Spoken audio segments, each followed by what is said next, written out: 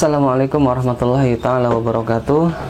Halo, jumpa lagi dengan saya. Mudah-mudahan sahabat semua diberikan kesehatan, sehat walafiat, selalu diberikan kesuksesan dalam menjalankan aktivitas sehari-hari. Oke, kali ini sesuai judul, kita mau ngomongin bantuan langsung tunai di desa ya, atau BLT desa. Tentunya berkaitan dengan status PPKM yang dicabut beberapa waktu lalu oleh Bapak Presiden. Lalu pertanyaannya, kalau PPKM dicabut, ini BLT apa masih lanjut? Nah, berikut kita cari informasinya. Penghapusan PPKM atau pemberlakuan pembatasan kegiatan masyarakat ini diatur dalam Instruksi Menteri Dalam Negeri nomor 50 dan 51 tahun 2022. Nah, jadi coba kita baca perihalnya. Instruksi Menteri Dalam Negeri nomor 50 tahun 2022 tentang pemberlakuan pembatasan kegiatan masyarakat pada kondisi Coronavirus Disease 2019 di wilayah Jawa dan Bali. Lalu Instruksi Menteri Dalam Negeri nomor 51 tahun 2022 menjelaskan tentang pemberlakuan pembatasan kegiatan masyarakat pada kondisi Coronavirus Disease 2019 di wilayah Sumatera, Nusa Tenggara, Kalimantan, Sulawesi, Maluku, dan Papua. Baiklah. Jadi apa sih yang menjadi poin penting dari instruksi menteri ini? Mari kita baca lebih lanjut.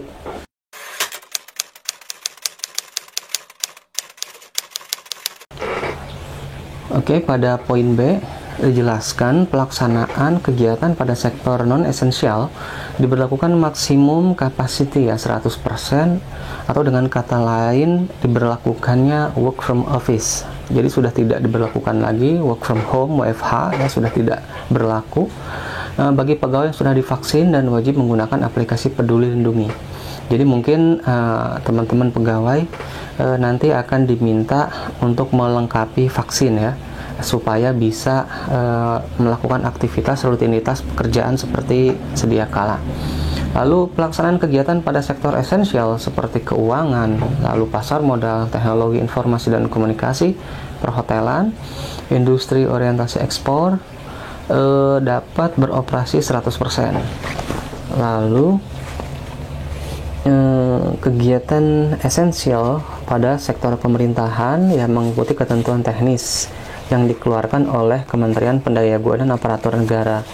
Jadi rata-rata kantor pemerintahan juga sudah buka dengan kapasitas 100%. Lalu pada sektor kritikal seperti kesehatan, keamanan, ketertiban, penanganan bencana, energi, logistik, pos, transportasi, distribusi terutama untuk kebutuhan pokok masyarakat, makanan, minuman, pupuk, petrokimia, semen, bahan bangunan, objek vital nasional, proyek strategis nasional, dan lain-lain. Ya, apalagi ya bagi sektor kritikal yang non esensial saja sudah bisa diberlakukan kapasitas maksimum 100%, apalagi pada sektor esensial atau kritikal sudah barang tentu. Lalu kegiatan-kegiatan yang dulu sempat dibatasi ya, ini sekarang masyarakat bisa melaksanakan kegiatan tanpa pembatasan, tanpa pengecualian. Jadi full capacity. Itu seperti kegiatan pasar rakyat, ya, pedagang kaki lima, toko kelontong, agen outlet, atau barbershop, pangkas rambut. Dulu kita sempet ya, untuk pangkas itu susah. Lalu bengkel kecil, cucian kendaraan, dan lain-lain. Pelaksanaan kegiatan makan minum di warung makan, warteg, sekarang kita bebas makan di warteg. Pedagang kaki lima, lapak jajanan, dan sejenisnya diizinkan buka dengan protokol kesehatan yang ketat. Lalu restoran atau rumah makan, kafe, ya, bebas nongkrong di kafe ini. Lalu tentu dengan mengindahkan protokol kesehatan ya, jangan lupa pakai masker, cuci tangan, dan lain-lain yang sudah menjadi rutinitas atau kebiasaan baru bagi kita. Lalu kegiatan nonton di bioskop ini sudah bisa 100%. Lalu tentunya kita sudah kangen banget nih melaksanakan kegiatan ibadah bareng-bareng berjamaah. Nah, sekarang semua sudah bisa menjalankan aktivitas beribadah ya di tempat ibadahnya masing-masing gitu. Terus Apalagi ya, kegiatan seni, konser musik, kegiatan budaya, pentas budaya, olahraga, sosial kemasyarakatan, kegiatan di pusat kebugaran atau gym, transportasi umum, pelaksanaan resepsi pernikahan, dan lain-lain ya. Pokoknya intinya semua kegiatan yang dulu sempat dibatasi, bahkan dilarang untuk berkerumun dan lain sebagainya, ini sudah dihapus dengan terbitnya Instruksi Menteri Dalam Negeri nomor 50 dan 51 berkaitan dengan pemberlakuan pembatasan kegiatan masyarakat terkait dengan penyebaran wabah virus corona 2019 di seluruh wilayah di Indonesia. Gitu. Lantas pertanyaannya, apakah dengan dicabutnya status PPKM ini, lantas program-program pemerintah yang digulirkan atau dikucurkan khusus untuk menanggulangi wabah corona ini tetap berlanjut ya? Misalnya kita sebut aja kegiatan BLT ya, yang saat ini mau kita telusuri nih. Apakah BLT ini masih ada gitu ya di desa, atau dari Kemenkes, atau dari Kemensos, atau dari provinsi, atau dari kabupaten masih mengucurkan BLT bagi masyarakat ya setelah dihapusnya PPKM. Untuk bisa mengetahui apakah BLT masih berlangsung ya pasca dihapusnya status PPKM, kita akan mendapatkan jawaban itu dengan membaca Pedoman Prioritas Penggunaan Dana Desa untuk tahun 2023. Sumbernya adalah Peraturan Menteri Desa Pembangunan Daerah Tertinggal dan Transmigrasi nomor 8 tahun 2022. Jadi kita lihat nih, yang jadi prioritas untuk dilaksanakan atau dilakukan di setiap desa ya, ini apa aja? Apa BLT masih ada atau enggak? Nah, ada di sini ada 9 hal yang menjadi program prioritas untuk dilaksanakan di seluruh desa.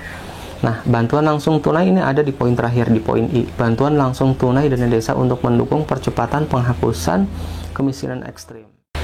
Nah, jadi ini adalah daftar prioritas program nasional yang harus dilakukan oleh seluruh desa di Indonesia. Jadi bantuan langsung tunai itu ada di poin terakhir ya. Bantuan langsung tunai dana desa untuk mendukung percepatan penghapusan kemiskinan ekstrim. Nah, jadi yang dimaksud dengan BLT untuk menghapus kemiskinan ekstrim itu apa? Kemiskinan ekstrim itu yang bagaimana sih? Nah, nanti akan kita temukan nih keterangan lanjutannya yang menjelaskan tentang hal itu. Jadi melalui tabel ini diperoleh banyak informasi nih. Yang pertama, bahwa alokasi anggaran untuk BLT di tahun 2023 berjumlah 25% dari total anggaran dana desa atau dana yang ditransfer dari pusat ke desa ya, sejumlah 25% nih dari total keseluruhan anggaran dari APBN-nya atau dana desanya. Ini luar biasa cukup tinggi ya, maksimal 25%. Tentunya nanti pemerintah desa akan mengkaji nih, apakah akan menggunakan limit maksimum atau seperti apa. Tentunya itu akan dikembalikan kepada kewenangan masing-masing di desa ya. Tetapi kalau kita baca dari regulasinya, ini BLT dana desa itu diperkenankan untuk menggunakan anggaran dengan kapasitas maksimalnya adalah 25% dari pagu. Adapun kriterianya juga sudah dijelaskan. Jadi yang dimaksud dengan kemiskinan ekstrim yang wajib diberikan BLT itu adalah yang pertama, keluarga miskin yang berdomisili di desa bersangkutan dan diutamakan untuk keluarga miskin ekstrim. Lalu yang B, keluarga yang terdapat anggota keluarga rentan sakit menahun atau kronis. Lalu keluarga dengan anggota rumah tangga tunggal lanjut usia. Jadi di satu rumah yaitu tinggalnya satu orang, juga lanjut usia pula ya.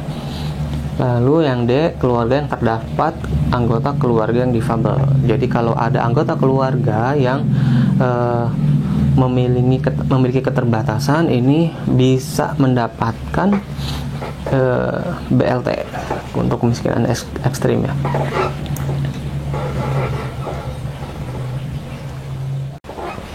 Nah, keterangan lain yang menguatkan tentang definisi kemiskinan ekstrim juga besaran BLT yang akan diterima oleh masyarakat ini dijelaskan oleh keterangan berikut nih.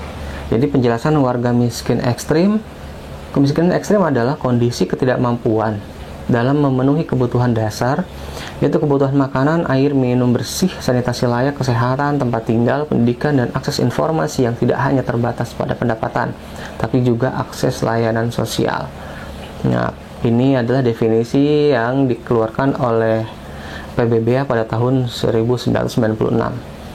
Nah, lalu jenis bantuan untuk warga miskin ekstrim, rupanya definisi ini diadopsi ya, atau menjadikan rujukan atau referensi oleh Kemendes nih dalam menentukan skala prioritas penggunaan dana desa yang akan diterapkan di seluruh wilayah di Indonesia. Jenis bantuan untuk warga miskin ekstrim, bantuan langsung tunai BLT dana desa 300.000 per kakak. Ingat ya, per kakak. Itu bukan per orang. Oke. Lalu material atau bahan bangunan, bukan upah untuk upah tenaga kerja, pembangunan, perbaikan atau rehabilitasi dikerjakan secara gotong royong. Nah, selain bisa mendapatkan atau memperoleh BLT setiap bulan selama 1 tahun di 2023 ini, jadi bagi warga masyarakat kita yang berada pada kategori miskin ekstrim ini juga bisa mendapatkan bantuan untuk mendapatkan material atau bahan bangunan. Ya, tentunya sumbernya juga dari dana desa. Nah, adapun tentang bantuan ini akan kita gali lagi lebih dalam, nanti akan kita cari keterangannya yang lebih detail ya, yang lebih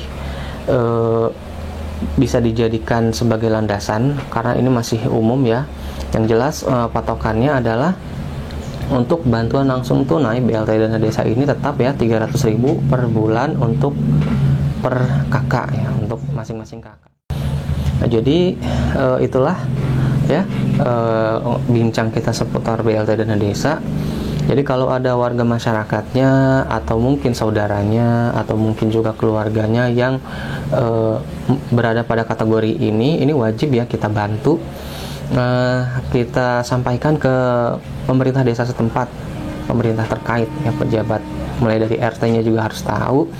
Kita hantarkan supaya pihak-pihak atau warga kita yang berhak mendapatkan bantuan ini bisa dapat gitu ya, tanpa alasan apapun, tanpa pengecualian, sepanjang itu berada pada kategori yang sudah dijelaskan, yang diatur dalam Permendes, kemudian nanti akan diverifikasi oleh Dinsos supaya tidak tumpang tindih bantuan. Jadi kalau memang sudah mendapatkan bantuan BLT dana desa, itu tidak akan diprioritaskan untuk mendapatkan bantuan dari sumber yang lain. Nah, nanti itu akan ranahnya ada di Dinsos tuh.